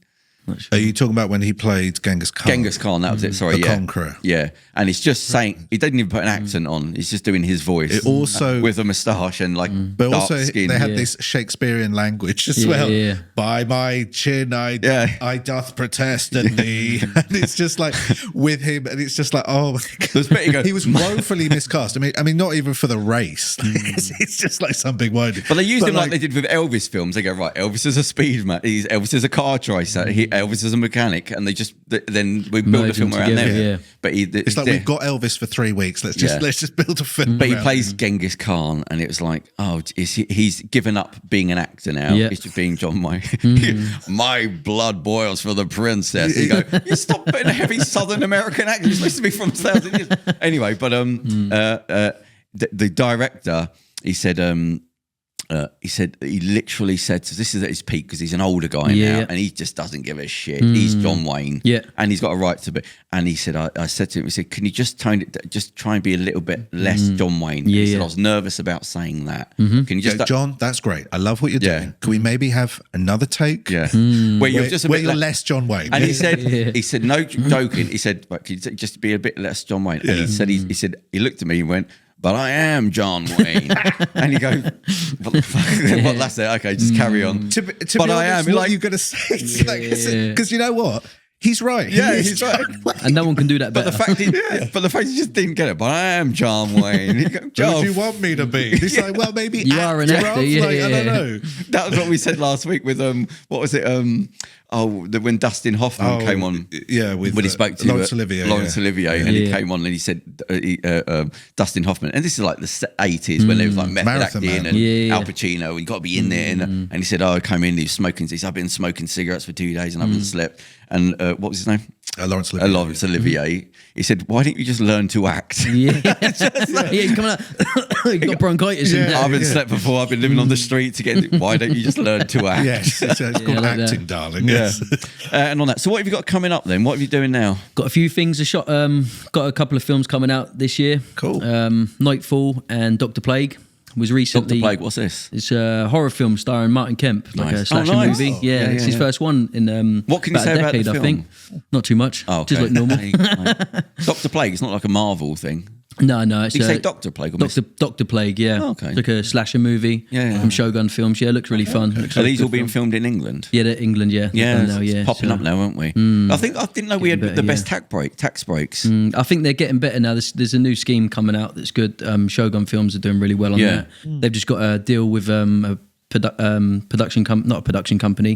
film studio in Guildford. They've just signed a new deal with them to shoot a few films. So there's another one popped up the other day. I think up past where there's another film studio opening up there. They got Warner Brothers in Watford, haven't they? They built huge Sky, a bunch of 6-7 huge studios just outside of Reading. Yeah, and they're sort of doing big push, because they're trying to make that the new sort of, what's the thing? What? What's the studio? Warner Brothers. No, they're the one outside of London. My brain's not working. And like Ealing. Oh, I know there's a few. Pinewood and Pinewood, something. My brain's not working. The Spielberg, was it Aliens? Alien or Aliens was filmed over here? Both. Yes, there's a bloody great. Maybe Alien 3 actually. Oh, okay. Because that's why there's so many English actors. There was a big problem that I think it was the first time when they'd come over and they weren't used to the English having like tea breaks and things like that. They was like union hours, and they unionised, and they said even to the point where they said, "Listen, we're going to close down shooting." It was Alien. That was Aliens because that was James Cameron. It was Aliens because the woman with the blood scene with the burst in her face. No, it was. I think it's the second one because that's what I'm saying. The second. Oh no, that was the first one. No, it was Aliens because it was James Cameron. It was an American director. That was it. It was right. It was Ridley Scott to the first one, and that's it. And they said we're going to shut down, and they said we told them we're going to shut down on Friday. They said it's English, and no, we shut down, and they didn't understand. They said no, we can't work these hours because they were just used to America. You just shut up and turn on. But they were having tea breaks. You go, what's a tea break? Just rock and roll. You have a tea. You have a cup of tea. This is the luxury of a big, huge budget. You know what I mean? Like on this sort of smaller budget stuff that I've worked on, it's just like don't have time. Don't have time. We've got 20. We got 38 scenes to film tonight. We've got to just keep going. Keep going. Is it Michael Biehn? He's in the second Aliens. Yeah. He was in Terminator. Was that him? Yeah. So he's got a podcast. Yeah. It's called something Being with Being, something like that. It's not doing much anyway. But he interviews the woman from the the chestburster scene. You know, everyone always says the real shot of her getting hit with the blood. I forgot her name, but and she talked like everyone was getting sick because it was like there was no air conditioning and all this. Anyway, and she said, that was a one take scene, and we didn't know what was going to happen. We just walked in, and it was all done, and they said, right, something's going to happen. We didn't know. And she said she saw the guy's thing moving, so she sort of went towards it. But the thing burst. Yeah. But it was supposed to burst in a different direction. But it walloped her in the face. So she got the air pressure and the blood. So she said, the hit me in the face. I went back, fell over, walloped my knee as I went down, started to cry, and thought, hold on to it, because this is a one take scene. The whole thing's covered in blood. Yeah. But she said, I cracked my knee and the thing hit me in the face, and I hit the floor and I started crying. It's the same as in Exorcist. The first Exorcist and all the dodgy shit that went on there. There's a scene where the woman falls over, the mum, something blasts her, and she falls over and she hits her back, and it's in the trailer, and she starts screaming. And she messed her back up because she tripped and she cracked and she landed on her spine, and she started screaming, and she got pissed off with the guy afterwards because they carried on filming. She really hurt her back. Because they messed. You got to hold it when you're in that point, and it's all for the greater good, isn't it? You're in pain, you got to go with it and just button it. No matter what happens. Being professional, you know what I mean? It's when they ask for another take, and you're like, no, that really did hurt. In the ambulance. We need it again, though. Mate, How long till we get the ambulance here? We get another scene in. Maybe 10 minutes. You know what I mean? Oh, Christ. What was the girl in The Exorcist? Linda Blair. Linda Blair. And it sort of ruined the scene for me. The bit on the bed with the bed. Because like the bit where she comes up and down like that. Yeah. And she said what they did, they put a brace on her up to her chest. Like this, I think it was a leather brace. Yeah, they start throwing her around. And the thing went too fast. And her neck wasn't supported. So she's getting whipped back, whipped forward. And she said, you can see me saying, please stop, please stop. And her head is going back. And you see it. You go, because her head's not supported. And this is a chart. So when she's saying, please stop, that's to the production, not to the Exorcist, not to the ghost. To the demon or whatever. And the best one, and it's horrible when you watch it now, it's a documentary of Jaws. Can you remember Jaws? Yeah. Right. So at the beginning, there's some people, and it's night time, and they're swimming about, and somebody gets attacked, and then there's a woman there, bit where she gets pulled under, and she comes back up, and she's going, please, and she gets pulled under again. She said the people underneath that are pulling, they pulled her under too soon. So she hadn't taken a breath. So when they pulled her down, she took a breath. And she took a load of water in. She come out. She said, "I was screaming to tell them I can't breathe," and they pulled her back down again. So when you see that, that's somebody drowning. That, isn't it? You're actually drowning. Now you go watch it. It's a genuine reaction. But I bet it looked good though, didn't it? But I was going to say, it's good to see. Real, isn't it? But think of the panic. Wow, that's really good acting. You're knowing you're going to be pulled down multiple times, and you cannot breathe, and they're not listening. You're screaming, please, and they're pulling you down, and they can't hear you. So you go. That's 1970s, brother. Alan Rickman, when he gets dropped, Die Hard, you know, when he gets dropped off the building and he goes, they go, right, we're going to drop you on three, and they go, one, drop him. Right, that's why he's like, oh. I've done a bungee jump before, and they've done that to me. We're going to go on 3, 1, then just push me off. Is that a thing then? I suppose, you're going to get as long as you're safe. Don't tell you. Yeah. They're never going to get that reaction. You can't. If you go on 3, he's going to be sort of like, I'm acting now. They just push him off when he ain't expecting it. And it's a genuine, because he's like genuinely like shocked. You know, it's great. There's a scene in The Exorcist again. Who's the director of that? Bit of We've gone very stunt heavy. I don't want to ruin our stunt show. That we wouldn't before this. No, but who's the director? Friedman. Is he the director? Yeah, Friedman. He's a bit of a nut. Like, he annoyed everybody. And there was a bit where the guy. He's one of these Hollywood lunatics, 70s director lunatic. The priest, the original priest, not the father, the young priest, the older priest in it. The young priest and the old priest. Who's the guy that comes in? Who's Max von Sydow. Yeah, he's got a famous dad, isn't he? Anyway. Who's Max von Sydow? No, that's the older guy, the older priest, not the newer one. Oh, yeah. Who's the newer young priest? He's got a famous dad. James? No, anyway. So the older priest, there's a scene in it when he's supposed to be doing the rituals, and he's shaking because he dies. Anyway, and he said the director said there's a famous thing because they fell out permanently over this. So he said it wasn't working. Like he's not. So he said before the scene, he said just to the director, he said, right, roll it. And this is the actor saying this. So he said he found it after. So Friedman just said, right, roll now. And he just Friedman went up to him and started smacking him around the face, thumping him. Pushed him, and they said, right, go. So when you see this, he said, I was. Just shaking like this. He's been beaten up. Shocked, He said, I slapped the shit out of him. And he just said, and they'd film it, and then he just walked back and they'd film it, and he's. And he said that I'll never forgive him for basically beat me up on camera. So what was that punch in the face? Right. But he's well known again. What was that for? He wanted to shock people where there was a scene and they were supposed to be panicking and like running off in different directions, but they were staggering. And I can't remember what film it was. But he said he basically fired a gun at them before the thing ran. He was going bang, bang, bang. And they were like, Jesus Christ, right, act. Right. That's 1970s film. All 1970s films, I'm telling you. It's when they used to have the snow as well, and they'd be throwing asbestos at them, wouldn't they? The asbestos snow. And they'd be like, right, look happy. And they're like throwing asbestos in their face. Well, that was Is that better or worse than Coke? I don't know. One of the James, what was the John Wayne films where they all got cancer? That's the You got Genghis Khan. What was that from? Because it was in the Genghis Khan film. Because they dropped the nuclear bomb like 50 miles away, but they didn't know about radiation. So they was filming on the radioactive site. A test site. Yeah. And like loads of them died. But they didn't know. It's nuts. And like most of them got cast and crew. 2/3, 3/4 of them died. Yeah, you're talking about dozens and dozens. 10, 12 years. Yeah.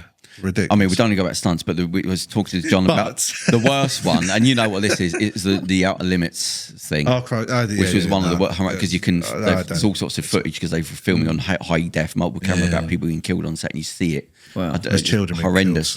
You can listen to this thing we do about stunts because we spoke about it once, and it's horrendous just to talk about. I've got this really weird thing where when I hear something really serious, my instant reaction is to laugh. So I'm not the best person to talk. I'm not the best person to talk about serious stuff because I'll laugh and then I'm like, not sure how good that's going to be. That's a real thing.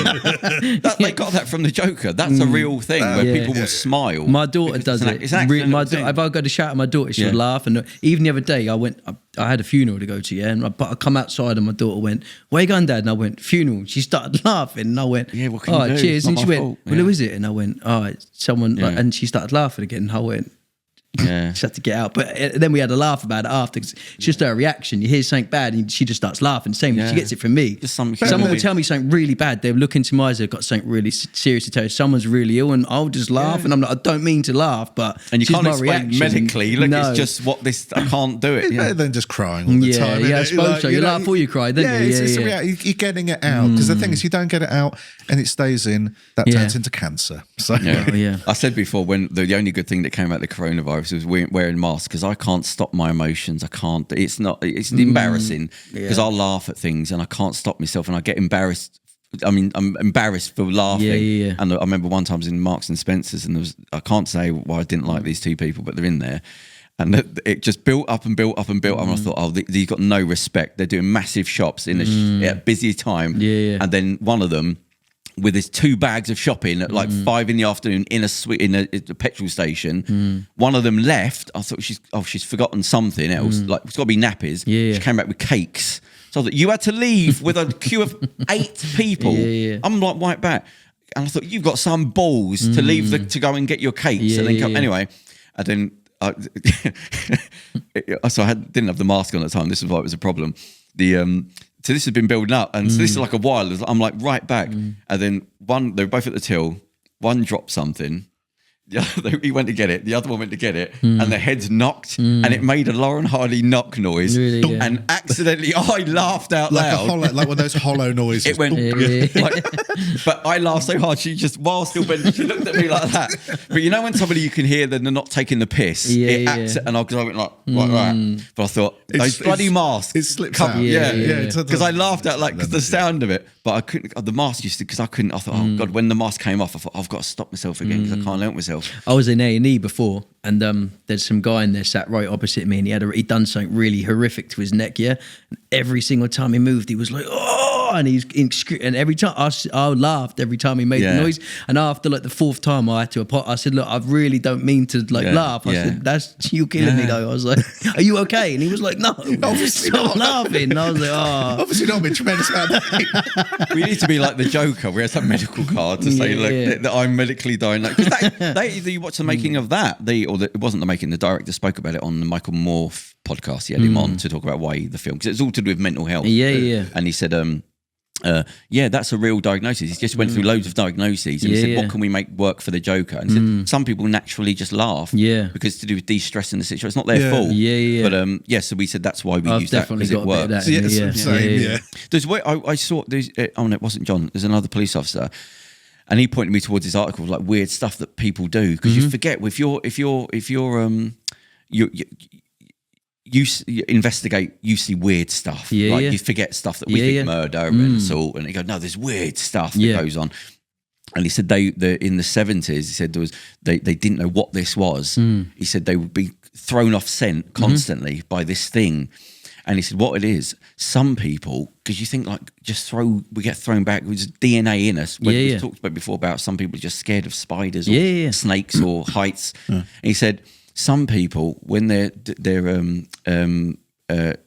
gonna die, they start to burrow.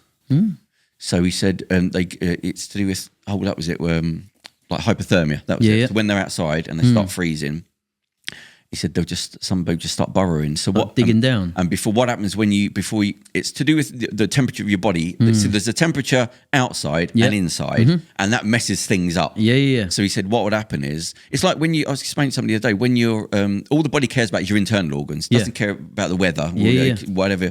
So he said it will do things what you think's against you to protect your organs. So like when you have a bath, you get tired. People think, oh, it's a nice, lovely bath. And it's not. It's because the blood is rushing up to your skin. So your body temperature drops by a few percent. And that's what makes you tired. That's why you have to be in a cold room when you sleep, because that temperature dropped like 0.5%. So like melatonin tablets you take, what they actually do is lower your body temperature down. So anyway. So what happens is when you're hypothermic, you become very cold. You're out and you're stuck in, you can't get out, and it's like 3 days, freezing cold, water, the wind's taking it off you. He said, your body goes, right, we're going to die here. So it pulls all the heat from your skin and pulls it into your body. But then what happens is you start to feel really hot. So you start taking your clothes off because you start sweating because your body's overheating. And he said, then people think, I'm boiling, I've got to take my hot off. And some people just start burrowing as if like they're burying them, like digging out of the weather, and they don't know why. It's like an animalistic thing.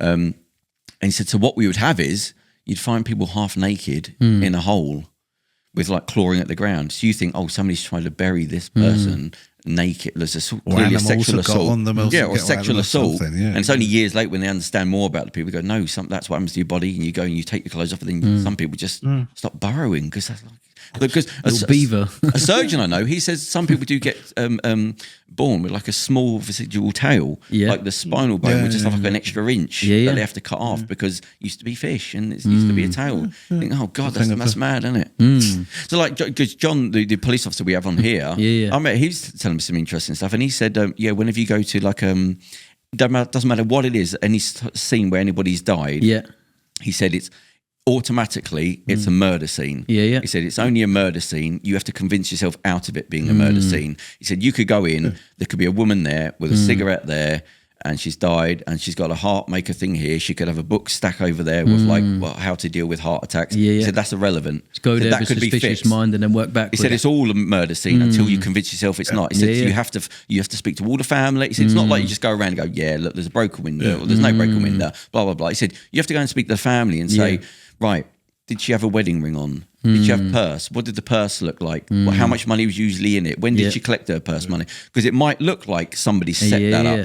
And the good ones for that was the Columbos, like the early Columbo film, which are absolutely fantastic. Because you think you're fairly smart, and then they do things in a way we go, oh yeah, I'd make that mistake. When they have that guy that's like, they keep warning him you're going to have a heart attack because he's always on the treadmill, and then Columbo turns up and he's at the bottom of the treadmill. He's got all his sports gear on, and he's dead. And they go, oh yeah, look, everyone told him like one day he's gonna blah blah, and he's going, okay, and he did the thing where he just looks around and pretends to be like he's stupid, and everyone's all the other coppers are sort of eating dough, go, yeah, the thing, and the wife said she told him, and he's always on there, and he's had the heart problem now, he's had a heart attack, and he's fine. And then he goes through it, and so he always gets to the end, and then he explains what at the beginning what he saw, because you don't know what he's seen. And he said why he knew it was a murder, and he didn't say anything because he just thought, okay, it's a murder. I need to look at everything, and I'd just be stupid. I go, oh yeah, we don't know. He said because somebody dressed him up in his sports gear, right, and put him at the bottom of the thing, so it looked like a murder. And he said the trainers where the knot had been done, it had been done backwards. Because when you do a trainer this way, the knot had been slightly leaning that way, and there's no way you could do a trainer up on the like outside. that. You go. That would have got me. Yeah. One little detail. There's always one little detail. It's a little detail that cannot be. He cannot have done his shoes up that way. So then that's when you go, okay, murder. Now let's look at everyone and pretend I don't know anything. Right. So we've done the stunts. We've done the. Do you do any of the stunts? Have you had to do anything dodgy? What? How bad have you got? I do like break falls. Getting shot, drop down, chin, little things like that. I've done a lot of stunt training with Movie Stunt Works. Oh, okay. Done a Movie Stunt Works, is that a company, is it? Yeah. Okay. So I've done a little bit with them. Just, screen combat and everything like that I'm competent with. Yeah. So, yeah, it's good. Cool. So, in the future, what are you looking to do more of? Or next thing for me is somebody would do variation. Cracking the mainstream television. That's on my bucket list. It has been for a while. Yeah. I'm so ready for it now as well. I think all the time, as soon as it started transitioning, done my training and that, I always wanted it, but I was never ready. Yeah. But for the last year, hand on my heart, I'm so ready for it now. You can put me in, I'm so confident, you could put me next to any actor in the world and I wouldn't look out of place now. So, and it's the right time with all the money coming into British filmmaking and all things like that. A lot of opportunities coming up and plus, even recently, where Trump's getting away with all this tax breaks for the films in America, people in it, because they were doing it anyway, like making films in Hungary. Yeah, well, a lot of them are Budapest. Yeah, there's all because they haven't got the unions. Yeah. So I remember listening to unions. The guy talking about unions in America. It was a recent film, and he said you cannot ask somebody, can you do a favour and pick up that box and put it over there? No, because I do that. Yeah, he said it's crazy, like that. Yeah, you can't work around that. Thailand are doing a lot as well now. There's a lot going on out there. And it's a good time for England. And you're the right age. Yes. I'm not going to go into. I was going to talk about Harry Potter, but it'll take me off in another thing. Right. Well, listen. Thank you for coming in. Thank you for having me. Yeah. You were part of the crew that we had a load of hell with trying to get in because we had a catalogue of disasters at the end of the year. It just wouldn't stop. We're only sort of getting over it now. So thank you for being so kind and patient. It's been awesome. Yeah. Thank you for having me. And as we say to a lot of actors, try and make yourself famous. Help get the numbers up. Yeah, well, but good luck with everything. Thank you. Very good luck with everything. Right, so thank you to Cure Water for sponsoring the show. Drink more water. I'll have a little bit now. Drink more water, and you think you should drink more water, and especially water with oxygen in it. Yes, we have that to replenish. Does taste good. There you go. So thank you very much. Thank you to the back crew there, and we will see you next week. Cheers.